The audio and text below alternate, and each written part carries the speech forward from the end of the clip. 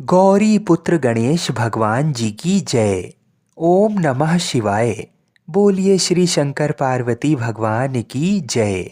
मित्रों, आज भाद्रपद मास के शुक्ल पक्ष की सप्तमी तिथि है और आज महापुण्यदायी संतान सप्तमी का व्रत है। इस व्रत के प्रभाव से जल्द ही सूनी गोद भर जाती है। ये व्रत रखने से और इसकी कथा को सुनने से संतान प्राप्ति, संतान की रक्षा और संतान की उन्नति होती है और साथ ही साथ सभी मनोकामनाएं पूर्ण हो जाती हैं। जो भी मनुष्य इस व्रत कथा को सुनता है वह भगवान शिव और माता पार्वती का प्रिय हो जाता है।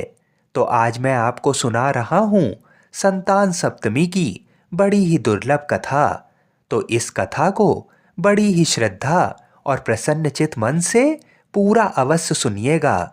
आधी अधूरी कथा को सुनने से व्रत पूर्ण नहीं माना जाता है। एक दिन महाराज युधिष्ठिर ने भगवान से कहा, हे प्रभु, कोई ऐसा उत्तम व्रत बताइए जिसके प्रभाव से मनुष्यों के अनेकों सांसारिक कलेश दूर होकर वे पुत्र एवं पौत्रवान हो जाए। ये सुनकर भगवान बोले, हे राजन, तुमने बड़ा ही उत्तम प्रश्न किया है। मैं तुमको एक पौराणिक इतिहास सुनाता हूँ, ध्यानपूर्वक सुनो। एक समय लोमश ऋषि ब्रजरात की मथुरापुरी में वसुदेव देवकी के घर गए। ऋषिराज को आया हुआ देखकर दोनों अत्यंत प्रसन्न हुए तथा उनको उत्तम आसन पर बैठाकर उनका अनेक प्रकार से वंदन और सत्कार किया। फिर मुनि के चरणोदक से अपने घर तथा शरीर को पवित्र किया। वह प्रसन्न होकर उनको कथा सुनाने लगे। कथा के कहते लोमश ने कहा कि हे देवकी, दुष्ट दुराचारी पापी कंस ने तुम्हारे कई पुत्र मार डाले हैं, जिसके कारण तुम्हारा मन अत्यंत दुखी है। इसी प्रकार राजा नहुस की पत्नी चंद्रमुखी भी दुखी रहा करती थी, किंतु उसने संतान सप्तमी का व्रत विधि विधान सहित किया, जिसके प्रताप से उनको संतान का सुख प्राप्त हुआ। ये सुनकर देवकी ने हाथ जोड़कर मुनि से कहा, हे ऋषिराज, कृपा करके रानी चंद्रमुखी का संपूर्ण वृतांत तथा इस व्रत को विस्तार सहित मुझे बतलाइए, जिससे मैं भी इस दुख से छुटकारा पाऊं। लोमश ऋषि ने कहा, हे देवकी, अयोध्या के राजा नहुस थे। उनकी पत्नी चंद्रमुखी अत्यंत सुंदर थी। उनके नगर में विष्णुगुप्त नाम का एक ब्राह्मण रहता था। उसकी स्त्री का नाम भद्रमुखी था। वह भी अत्यंत रूपवती सुंदरी थी। रानी और ब्राह्मणी में अत्यंत प्रेम था। एक दिन वे दोनों सरयू नदी में स्नान करने के लिए गईं। वहां उन्होंने देखा कि अन्यत बहुत सी स्त्रियां सरयू नदी में स्नान करके निर्मल वस्त्र पहनकर एक मंडप में शंकर एवं पार्वती की मूर्ति स्थापित करके पूजा कर रही थीं। रानी और ब्राह्मणी ने ये देखकर उन स्त्रियों से पूछा कि बहनों, तुमने ये किस देवता का और किस कारण से पूजन व्रत आदि कर रही हो? यह सुन स्त्रियों ने कहा कि हम संतान सप्तमी का व्रत कर रही हैं और हमने शिव पार्वती का पूजन चंदन अक्षत आदि से षोडशोपचार विधि से किया है। ये सब इसी पुनीत व्रत का विधान है।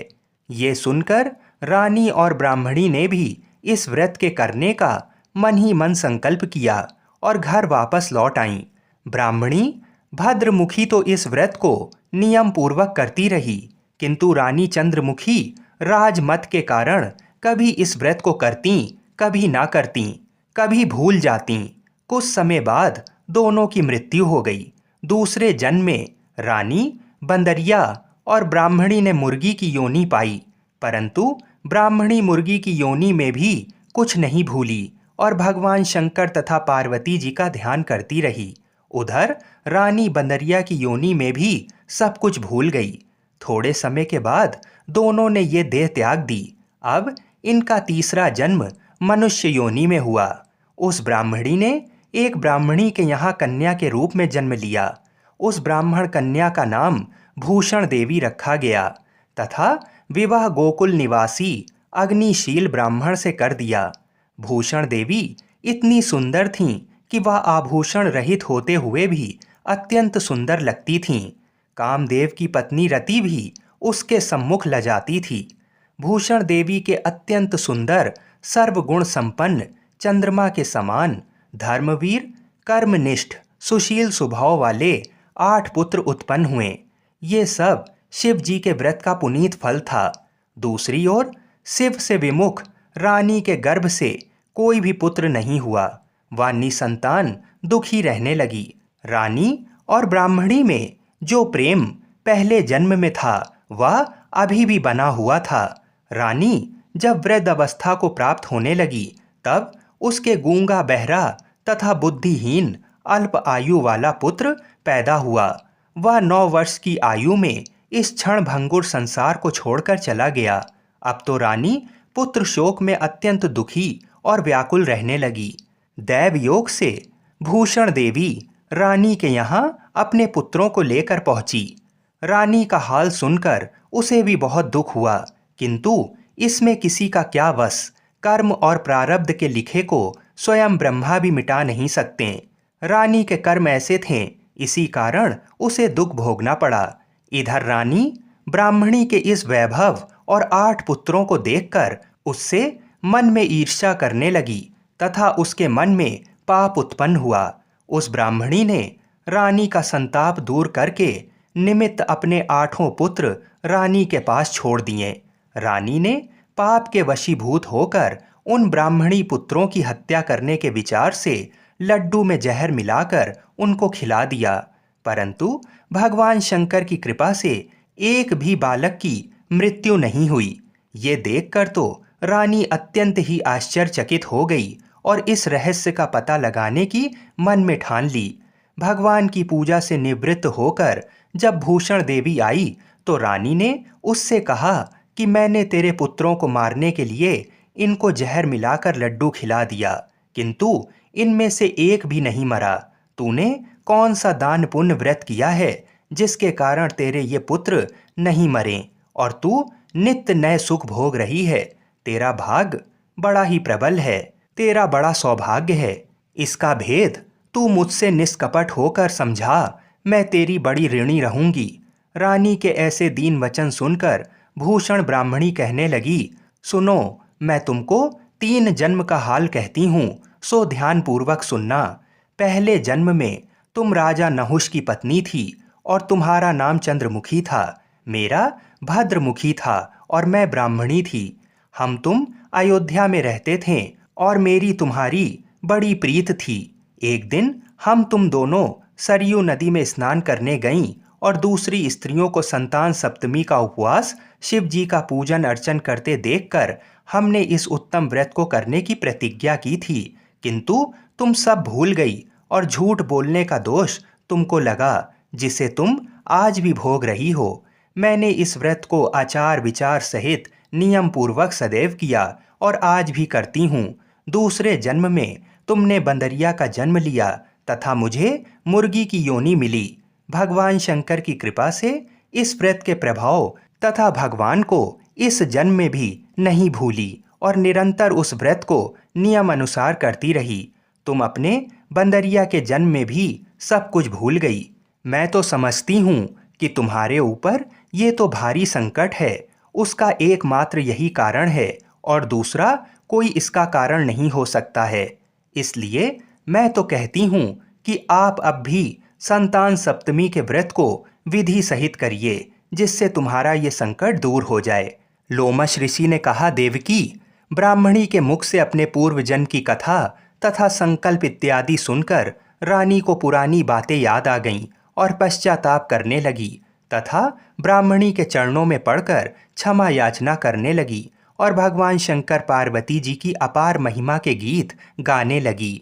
उस दिन से रानी ने नियम अनुसार संतान सप्तमी का व्रत किया, जिसके प्रभाव से रानी को संतान सुख मिला तथा संपूर्ण सुख भोग कर रानी शिवलोक को गई। भगवान शंकर के व्रत का ऐसा प्रभाव है कि पथभ्रष्ट मनुष्य भी अपने पथ पर अग्रसर हो जाता है और अनंत ऐश्वर्य भोग कर मोक्ष को पाता है। लोमश ऋषि ने फिर कहा कि देवकी, इसलिए मैं तुमसे भी कहता हूँ कि तुम भी इस व्रत को करने का संकल्प अपने मन में करो तो तुमको भी संतान का सुख मिलेगा। इतनी कथा सुनकर देवकी हाथ जोड़कर लोमश ऋषि से पूछने लगी, हे ऋषिराज, मैं इस पुनीत उपवास को अवश्य करूंगी, किंतु आप इस कल्याणकारी एवं संतान सुख देने वाले उपवास का विधान, नियम, विधि आदि विस्तार से समझाइए। ये सुनकर ऋषि बोले, हे देवकी, ये पुनीत उपवास भादों के महीने में शुक्ल पक्ष की सप्तमी के दिन किया जाता है। उस दिन ब्रह्म मुहूर्त में उठकर किसी नदी अथवा कुएं के पवित्र जल में स्नान करके निर्मल वस्त्र पहनने चाहिए। श्री शंकर भगवान तथा जगदम्बा पार्वती जी की मूर्ति की स्थापना करें। उन प्रतिमाओं के सम्मुख सोने चांदी के तारों का अथवा रेशम का एक गंडा बनाएं। उस गंडे में 7 गांठें लगानी चाहिए। इस गंडे को धूप, दीप, अष्टगंध से पूजा करके अपने में बांधें और भगवान शंकर से अपनी कामना सफल होने की प्रार्थना करें। तदनंतर 7 पुआ बनाकर भगवान का भोग लगाएं और 7 ही पुत्रे एवं यथाशक्ति सोने अथवा चांदी की अंगूठी बनवाकर इन सबको एक तांबे के पात्र में रखकर और उनका षोडशोपचार विधि से पूजन करके किसी सदाचारी, धर्मनिष्ठ, सत्पात्र ब्राह्मण को दान दें। उसके पश्चात 7 पुआ स्वयं प्रसाद के रूप में ग्रहण करें। इस प्रकार इस व्रत का पारायण करना चाहिए। प्रतिमाल की शुक्ल पक्ष की सप्तमी के दिन, हे देवकी, इस व्रत को इस प्रकार नियम पूर्वक से समस्त पाप नष्ट होते हैं और भाग्यशाली संतान उत्पन्न होती है तथा अंत में शिवलोक की प्राप्ति होती है। हे देवकी, मैंने तुमको संतान सप्तमी का व्रत संपूर्ण विधान विस्तार सहित वर्णन किया है। उसको अब तुम नियम पूर्वक करो, जिससे तुमको उत्तम संतान पैदा होगी। इतनी कथा कहकर भगवान आनंद कंद श्री कृष्ण ने धर्म अवतार युधिष्ठिर से कहा कि श्री लोमस ऋषि इस प्रकार हमारी माता को शिक्षा देकर चले गए। ऋषि के कथन अनुसार हमारी माता देवकी ने इस व्रत को नियम अनुसार किया, जिसके प्रभाव से मैं स्वयं उत्पन्न हुआ। ये व्रत विशेष रूप से स्त्रियों के लिए कल्याणकारी है, परंतु पुरुषों को भी समान रूप से कल्याणदायक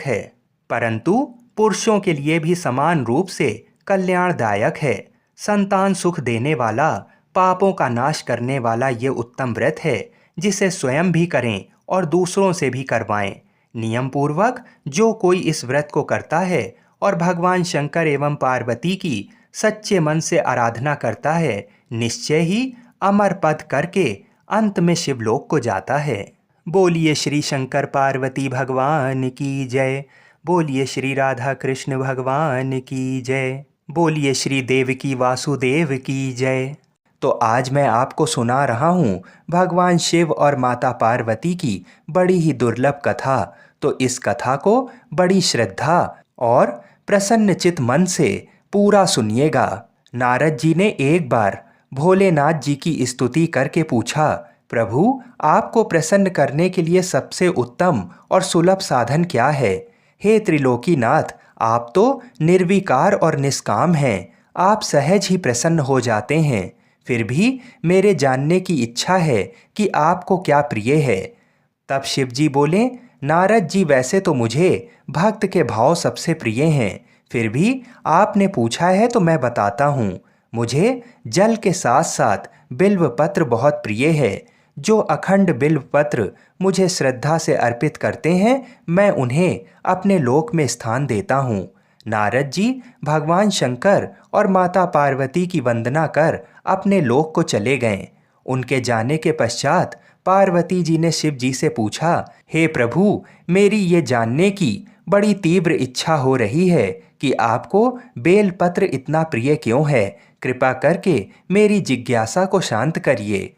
तब शिव जी बोले, हे शिवे, बिल्व के पत्ते मेरी जटा के समान हैं। उसका त्रिपत्र यानी 3 पत्ते ऋग्वेद, यजुर्वेद और सामवेद हैं। शाखाएं समस्त शास्त्र का स्वरूप हैं। बिल्व वृक्ष को आप पृथ्वी का कल्प वृक्ष समझें, जो ब्रह्मा विष्णु शिव स्वरूप हैं। हे पार्वती, स्वयं महालक्ष्मी ने शैल पर्वत पर बिल्व वृक्ष रूप में जन्म लिया था। इस कारण भी बेल का वृक्ष मेरे लिए अति प्रिय है। महालक्ष्मी ने बिल्व का रूप धरा, ये सुनकर पार्वती जी कौतूहल में पड़ गईं। पार्वती जी कौतूहल से उपजी जिज्ञासा को रोक ना पाईं। उन्होंने पूछा, देवी लक्ष्मी ने आखिर बिल्व वृक्ष का रूप क्यों लिया? आप ये कथा विस्तार से कहें। भोलेनाथ ने देवी पार्वती को कथा सुनाना शुरू किया। हे देवी, सतयुग में ज्योति रूप में मेरे अंश का रामेश्वर लिंग था। ब्रह्मा आदि देवों ने उसका विधिवत पूजन अर्चन किया था। इसका परिणाम ये हुआ कि मेरे अनुग्रह से वाणी देवी सबकी प्रिय हो गईं। वह भगवान विष्णु को सतत प्रिय हो गईं। मेरे प्रभाव से भगवान केशव के मन में वाग देवी के लिए जितनी प्रीत उपजी हुई, वह स्वयं लक्ष्मी जी को नहीं भाई। लक्ष्मी देवी का श्री हरि के प्रति मन में कुछ दुराव पैदा हो गया। वह चिंतित और रुष्ट होकर चुपचाप परम उत्तम श्री शैल पर्वत पर चली गईं। वहां उन्होंने तप करने का निर्णय किया और उत्तम स्थान का चयन करने लगीं। महालक्ष्मी ने उत्तम स्थान का निश्चय करके मेरे लिंग विग्रह की उग्र तपस्या प्रारंभ कर दी। उनकी तपस्या कठोरतम होती जा रही थी। हे परमेश्वरी, कुछ समय बाद महालक्ष्मी जी ने मेरे लिंग विग्रह से थोड़ा ऊर्ध्व में एक वृक्ष का रूप धारण कर लिया। अपने पत्तों और पुष्प द्वारा निरंतर मेरा पूजन करने लगीं। इस तरह महालक्ष्मी ने 1 करोड़ वर्ष तक घोर आराधना की। अंततः उन्हें मेरा अनुग्रह प्राप्त हुआ। मैं वहां प्रकट हुआ और देवी से इस घोर तप की आकांक्षा पूछकर वरदान देने को तैयार हुआ। महालक्ष्मी ने मांगा कि श्री हरि के हृदय में मेरे प्रभाव से वाग देवी के लिए जो स्नेह हुआ है वह समाप्त हो जाए। शिवजी बोले, मैंने महालक्ष्मी को समझाया कि श्री हरि के हृदय में आपके अतिरिक्त किसी और के लिए कोई प्रेम नहीं है। वाग देवी के प्रति उनका प्रेम नहीं अपितु श्रद्धा है। ये सुनकर लक्ष्मी जी प्रसन्न हो गईं और पुनः श्री विष्णु के हृदय में स्थित होकर निरंतर उनके साथ विहार करने लगीं। हे पार्वती, महालक्ष्मी के हृदय का एक बड़ा विकार इस प्रकार दूर हुआ था। इस कारण हरि प्रिया उसी वृक्ष रूप में सर्वदा अतिशय भक्ति से भरकर यत्नपूर्वक मेरी पूजा करने लगीं। हे पार्वती, इसी कारण बिल्व का वृक्ष, उसके पत्ते, फल फूल आदि मुझे बहुत प्रिय हैं। मैं निर्जन स्थान में बिल्व वृक्ष का आश्रय लेकर रहता हूँ। बिल्व वृक्ष को सदा सर्वतीर्थमय एवं सर्वदेवमय मानना चाहिए, इसमें तनिक भी संदेह नहीं है। बिल्व पत्र, बिल्व फूल, बिल्व वृक्ष अथवा बिल्व काष्ठ के चंदन से जो मेरा पूजन करता है वह भक्त मेरा प्रिय है। बिल्व वृक्ष को शिव के समान ही समझो, वह मेरा शरीर है। जो बिल्व पर चंदन से मेरा नाम अंकित करके मुझे अर्पण करता है, मैं उसे सभी पापों से मुक्त करके अपने लोक में स्थान देता हूँ। हे देवी, उस व्यक्ति को स्वयं लक्ष्मी जी भी नमस्कार करती हैं जो बिल्व से मेरा पूजन करते हैं। जो बिल्व मूल में प्राण छोड़ता है उसको रुद्र देह प्राप्त होता है और ऐसे मनुष्य पर सदैव ही माँ लक्ष्मी की कृपा रहती है और साथ साथ भगवान नारायण की भी कृपा उसको सदैव प्राप्त होती है। आइए अब मनोकामनाओं को पूरी करने वाली दूसरी कथा को सुनते हैं। एक बार भगवान भोलेनाथ ने माता पार्वती की परीक्षा लेने का निर्णय लिया। माता पार्वती के तप से प्रसन्न होकर शंकर जी उनके सामने प्रकट हुए और उन्हें वरदान देकर अंतर्ध्यान हो गए। कुछ क्षणों बाद ही एक मगरमच्छ ने एक लड़के को पकड़ लिया और लड़का मदद के लिए पुकारने लगा।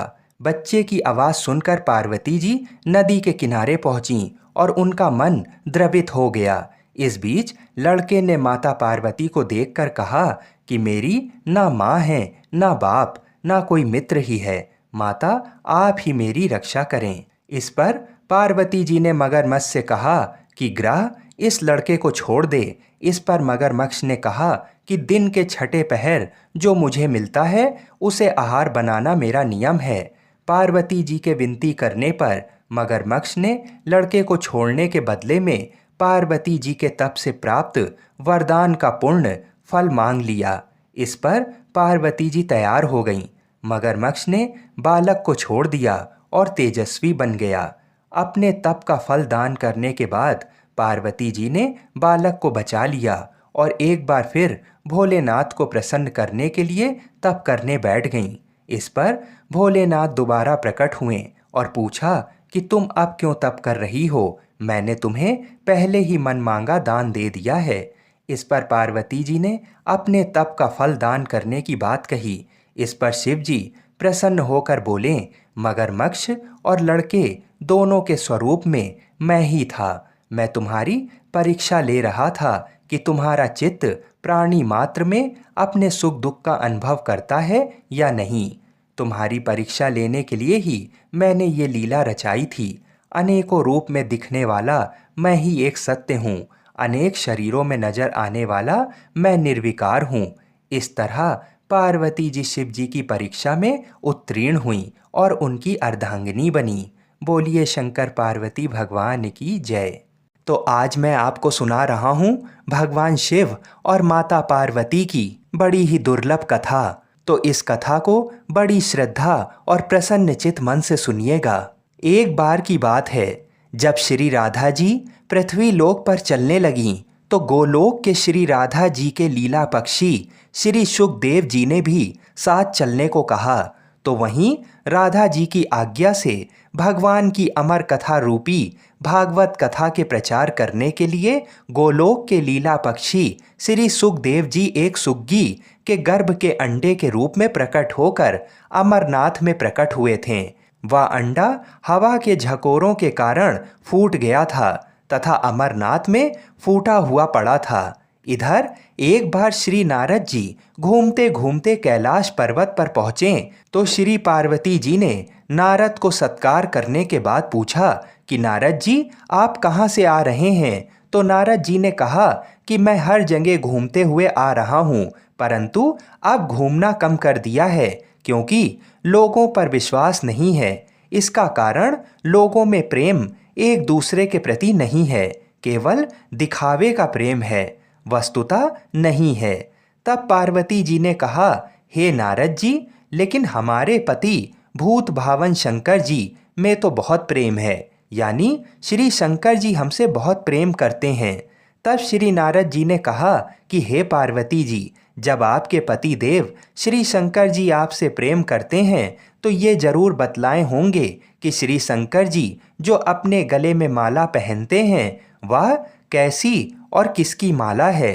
तब पार्वती ने कहा, हे नारद जी, ये माला पहनने का रहस्य तो वे अभी तक नहीं बतलाए हैं। तब नारद जी ने कहा कि फिर आपके पति आपसे झूठा या दिखावे का प्रेम करते हैं, वस्तुतः प्रेम नहीं करते हैं। इतना कहकर श्री नारद जी वहां से चल दिए। इधर वहीं एक बार पार्वती जी ने भोलेनाथ से अनुरोध किया कि कृपा ये बताइए कि आपके गले में किसकी माला है तथा ये वर दें कि हे स्वामी, मुझे आपसे वियोग नहीं हो और हमेशा आत्मज्ञान बना रहे, इसका कोई उपाय बताएं। आगे श्री शंकर जी ने कहा कि इस आत्मज्ञान को मैं समय से बतलाऊंगा, परंतु श्री नारद जी द्वारा जो भेद वचन है उन भेद वचनों के समाधान को करते हुए श्री शंकर जी ने कहा कि हे पार्वती, ये हमारे गले में जो मुंडों की माला है वह मुंड माला तुम्हारे ही मुंडों की है, जिनको मैंने तुम्हारे बार बार मरने पर तुम्हारी यादगारी में माला के रूप में धारण किया है, क्योंकि मैं तुमसे अति प्रेम करता हूँ। तब पार्वती जी ने कहा कि मैं बार बार मर जाती हूँ और आपकी मृत्यु नहीं होती, इसका कारण क्या है? तब श्री शंकर जी ने कहा कि हे पार्वती, मैंने अमर कथा सुना है जिससे मैं अमर हूँ। ये घटना सुनकर श्री पार्वती जी ने अमर कथा सुनने के लिए श्री शंकर जी से प्रार्थना की। तब शंकर जी ने कहा, हे पार्वती, इस समय मैं तुम में अमर कथा सुनने का पूर्ण लक्षण नहीं देख रहा हूँ, फिर भी तुम्हारे आग्रह करने के कारण मैं अवश्य कथा सुनाऊंगा। यानी आज आपको अति गोपनीय कथा सुना रहा हूँ जिसको सुनकर तुम भी अमर हो सकती हो। इसलिए आप जरा बाहर देख कर आइए कि कहीं कोई और तो नहीं है। श्री पार्वती जी ने बाहर आकर चारों तरफ अच्छी तरह देखा तो वहां एक सुख सावक के विगलित अंडे के सिवा कुछ नहीं था। उन्होंने श्री शंकर जी से कहा कि बाहर कोई नहीं है। तब बीच बीच में पार्वती जी कथा सुनने के दौरान हुंकारे भरती थीं। दसम स्कंद की समाप्ति पर वे निद्राग्रस्त हो गईं, यानी पार्वती माता को नींद आ गई। एवं 12वें स्कंद की समाप्ति पर पार्वती जी ने शंकर जी से कहा कि हे प्रभु, क्षमा करेंगे, मुझे दसम स्कंद के बाद नींद आ गई थी, मैं आगे की कथा नहीं सुन सकी हूँ। अर्थात श्री कृष्ण उद्धव संवाद जो 11वें स्कंद में है उसको मैंने नहीं सुना तथा 12वें स्कंद की कथा भी नहीं सुनी। इधर ये जानने हेतु कि फिर कथा के बीच में हुंकारी कौन भर रहा था। अगर पार्वती माता सो रही थीं तो बार बार हुंकारी कौन भर रहा था, ये प्रश्न दोनों के मन में जागा। ये जानने के लिए शिवजी बाहर निकले। उन्होंने एक सुंदर शुक शावक को देखा, यानी एक तोते के बच्चे को देखा। श्री शंकर जी ने पार्वती जी से पूछा, आखिर ये सुख शावक कहाँ से आ गया। पार्वती जी ने विनीत वाणी में कहा कि ये तो विगलित अंडे के रूप में पड़ा था तथा श्री भागवत कथा रूपी अमृतपान से जीवित हो गया। इस प्रकार अमर कथा की गोपनीयता भंग होने से शंकर जी सुख शावक को पकड़ने के लिए झपटे। सुख शावक उड़ गया और उड़ते उड़ते भय से श्री बद्रिक आश्रम के निकट स्थित व्यास आश्रम पर श्री व्यास जी की पत्नी पिंगला के मुख में प्रवेश कर गया। फिर शंकर जी ने श्री व्यास जी द्वारा सांत्वना प्राप्त कर वापस अपने आश्रम पर लौट गए। इधर श्री सुखदेव जी 16 वर्षों तक पिंगला के गर्भ में रहे। अंतोतगत्वा श्री व्यास जी के अनुरोध करने पर सुखदेव जी ने अपना भय बताना प्रारंभ किया। उन्होंने गर्भ के भीतर से कहा कि उन्हें बाहर आने पर माया से ग्रसित होने का भय है। यदि भगवान श्री कृष्ण द्वारा माया से ग्रसित नहीं होने का आश्वासन मिले तब वे बाहर आएंगे। व्यास जी के अनुरोध से भगवान श्री कृष्ण जी ने सुखदेव जी को माया से ग्रसित नहीं होने का आश्वासन दिया। तब सुखदेव जी गर्भ से बाहर आए और जन्म लेते ही जंगल में तपस्या करने चल पड़े तथा पुनः सुखदेव जी जो अपने पिता व्यास जी के बुलाने पर भी नहीं आए, लेकिन व्यास जी के ब्रह्मचारी शिष्य द्वारा गाए जाते हुए श्री भागवत जी के मंत्रों से अपनी समाधि को तोड़ दिया। इस श्लोक को पूरा पूरा सुनकर श्री सुखदेव जी ने समाधि तोड़ दी तथा श्लोक को सुनकर उन श्री व्यास जी के शिष्यों के पीछे पीछे चल दिए। इस घटना का मुख्य कारण भागवत कथा ही है। आइए अब मनोकामनाओं को पूरी करने वाली दूसरी कथा को सुनते हैं। आइए अब मनोकामनाओं की पूर्ति करने वाली मंगलवार व्रत कथा को सुनते हैं। ऋषि नगर में केशव दत्त ब्राह्मण अपनी पत्नी अंजलि के साथ रहता था। केशव दत्त के घर में धन संपत्ति की कोई कमी नहीं थी। नगर में सभी केशव दत्त का सम्मान करते थे, लेकिन केशव दत्त संतान नहीं होने से बहुत चिंतित रहता था। दोनों पति पत्नी प्रत्येक मंगलवार को हनुमान जी की पूजा करते थे। विधिवत मंगलवार का व्रत करते हुए कई वर्ष बीत गए। ब्राह्मण बहुत निराश हो गया, लेकिन उसने व्रत करना नहीं छोड़ा। कुछ दिनों के बाद केशव दत्त हनुमान जी की पूजा करने के लिए जंगल में चला गया। उसकी पत्नी अंजलि घर में रहकर मंगलवार का व्रत करने लगी। दोनों पति पत्नी पुत्र प्राप्ति के लिए मंगलवार का विधिवत से व्रत करने लगे। अंजलि ने अगले मंगलवार को व्रत किया, लेकिन किसी कारणवश उस दिन अंजलि हनुमान जी का भोग नहीं लगा सकी और उस दिन वह सूर्यास्त के बाद भूखी ही सो गई।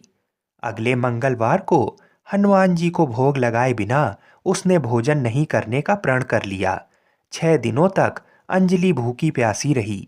7वें दिन मंगलवार को अंजलि ने हनुमान जी की पूजा की, लेकिन तभी भूख प्यास के कारण अंजलि बेहोश हो गई।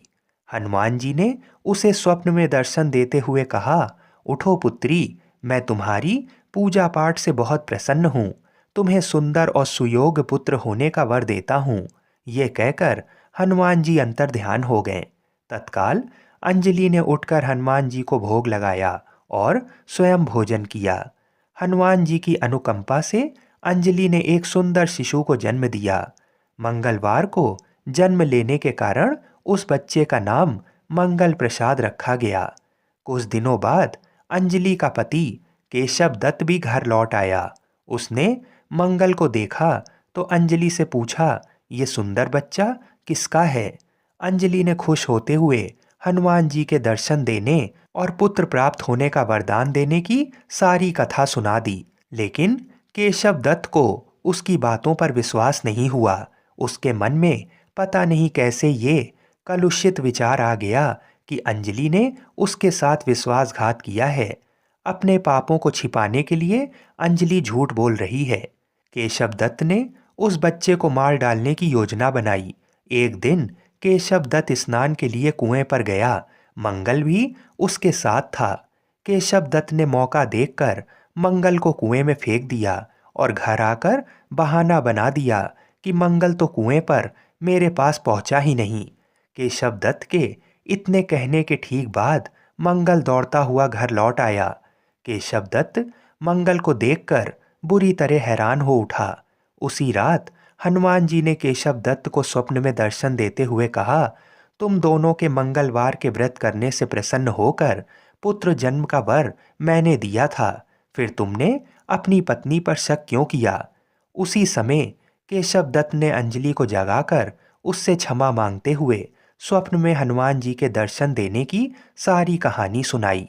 केशव दत्त ने अपने बेटे को हृदय से लगाकर बहुत प्यार किया। उस दिन के बाद सभी आनंद पूर्वक रहने लगे। मंगलवार का विधिवत व्रत करने से केशव दत्त और उसके सभी कष्ट दूर हो गए। इस तरह जो स्त्री पुरुष विधिवत मंगलवार का व्रत करके व्रत कथा सुनते हैं, हनुमान जी उनके सभी कष्ट दूर करके घर में धन संपत्ति का भंडार भर देते हैं। शरीर के सभी रक्त विकार के रोग भी नष्ट हो जाते हैं। बोलिए श्री सीताराम जी महाराज की जय। बोलिए श्री हनुमान जी महाराज की जय।